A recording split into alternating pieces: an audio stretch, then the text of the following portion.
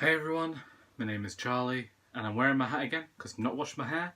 I didn't plan on making this video today. I'm in my bedroom with a load of shopping bags because I have been inspired to unhaul some books. This all came about because this morning I was reading Birdman by Mo Hader.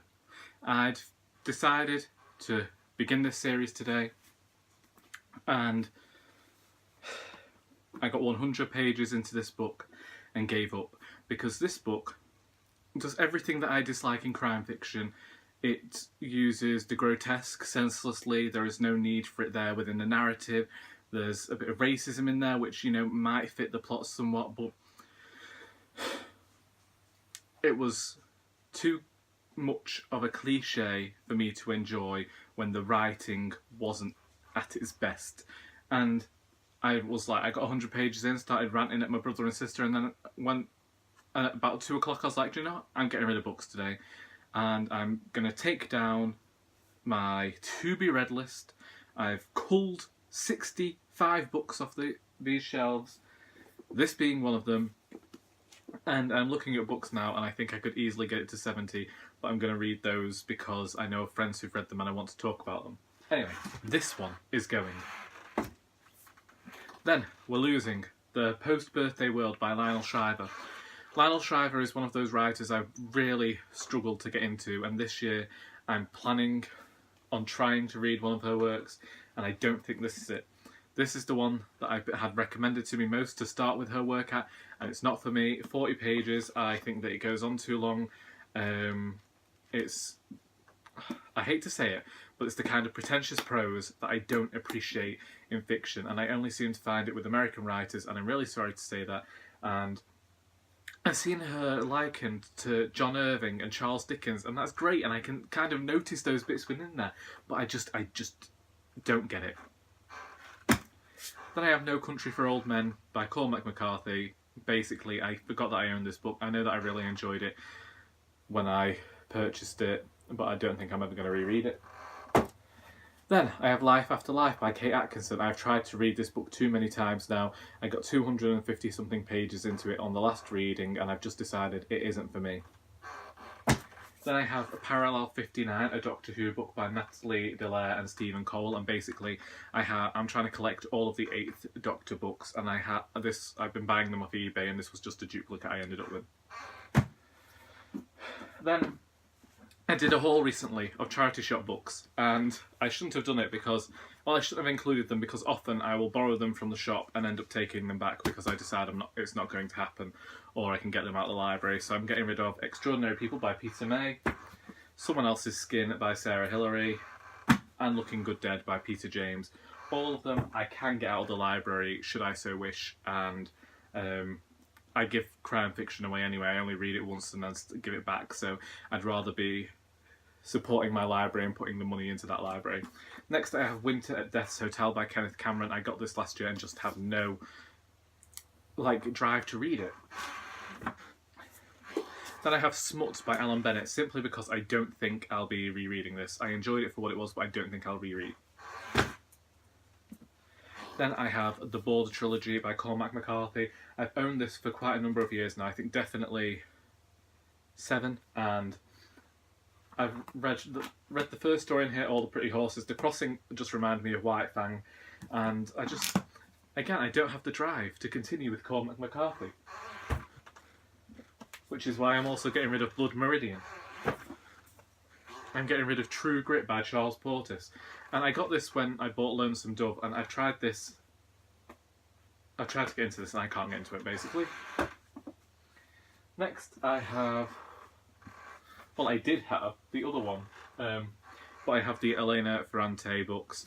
I got given these by work because they were throwing them out, and I don't have the want to read these books. I'm very happy to know that there are books out there celebrating female friendship, and that is something that we should advocate more of in fiction, but I don't think that these books are necessarily for me.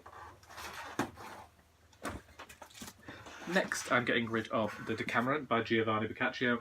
Basically, I was going to join Adam at Memento Mori's read-along of this last year, and I never did, and I don't think that I'm going to ever read it, so I'm going to take it into work because I think there are definitely people there who will appreciate it more than me.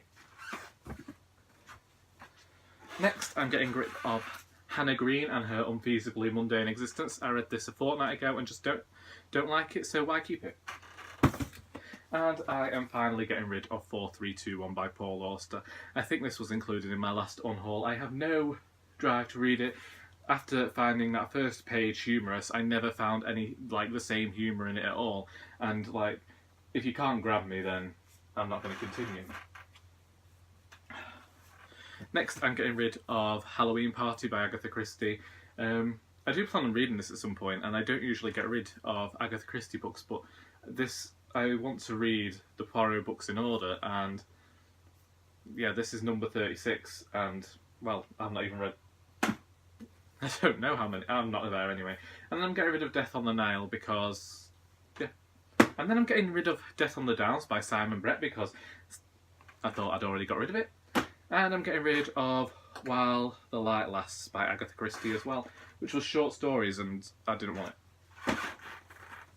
I'm getting rid of the Echo Falls series by Peter Abrahams, which starts with Down the Rabbit Hole, Into the Dark and Behind the Curtain. These are children's books following a child detective, and honestly I thought I'd already got rid of them. Then I'm getting rid of The Crime at Black Dudley by Marjorie Allingham. I was going to read this because it was the introduction of Campion, but no.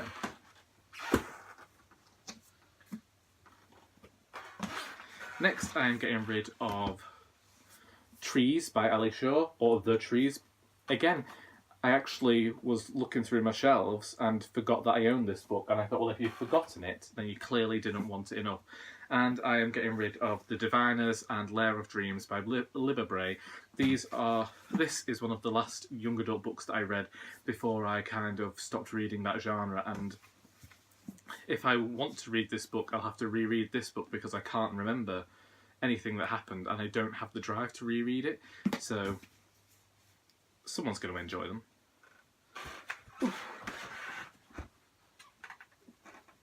Next I have The Watchmaker of Filigree Street by Natasha Pulley. 100 and something pages into this. Not enjoying it, but someone at work wanted to read it, so I'm taking it back. A Cat and a Hat and a Piece of String by Joanne Harris. Basically no drive to read it. Joanne Harris is one of my favourite authors, but I'm just not fancying this book.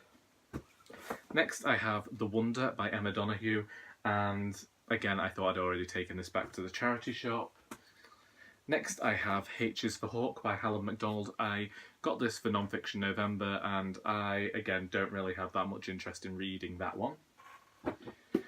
Then I have At the Mouth of the River of Bees by Kij Johnson. I got this because there was a bee on the cover. It was being popularised on BookTube at the time when I bought it, but I've tried a few of these short stories now and they're not for me and I won't be continuing.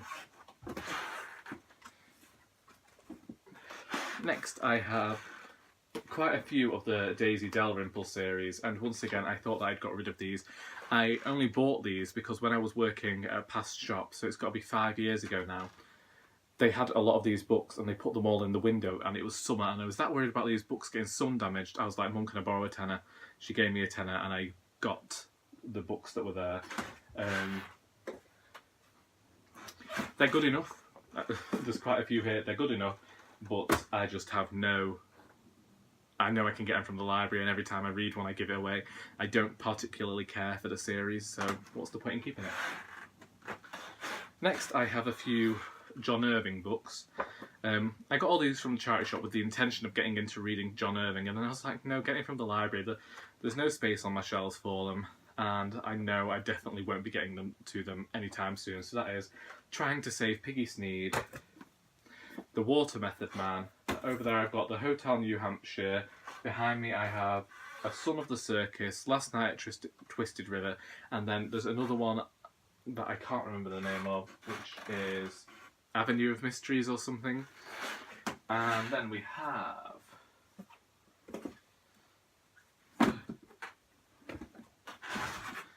The Accidental Hero by Matt Miklush, and I got this because I thought it'd be reminiscent of something I was trying with the children's book, and then I never read it, and I got it at the same time as got Fablehaven, and I don't read them, so I'm thinking of taking this to my nan's house for my cousin's son. And then I have The Little Grey Men by BB. I've toyed with getting rid of this in every single one of my unhauls, simply because I haven't, simply because the only reason I've been keeping it was because I got it at my first trip to Bakewell. And then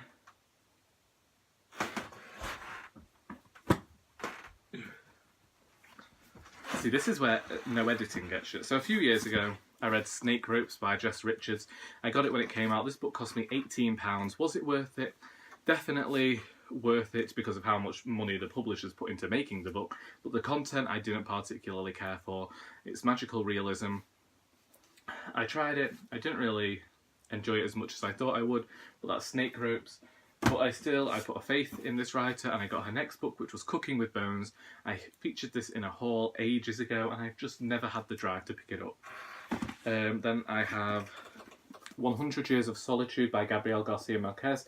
I've been trying to get into this book since I was at high school, and I can't do it. I got this floppy American paperback edition because it came into the shop, and this is I favour this cover and everything about it, but I can't get into the story. I'm even questioning whether magical realism is something that I enjoy, or whether that's just something I've told myself for years, being a fantasy lover. And then I have Great Expectations by Charles Dickens. Love Charles Dickens, one of my favourite writers. Had to read this for uni. Not one of my favourites, but I do have a different copy. And I got this because I wanted a nicer copy, but then I just don't care for it enough. And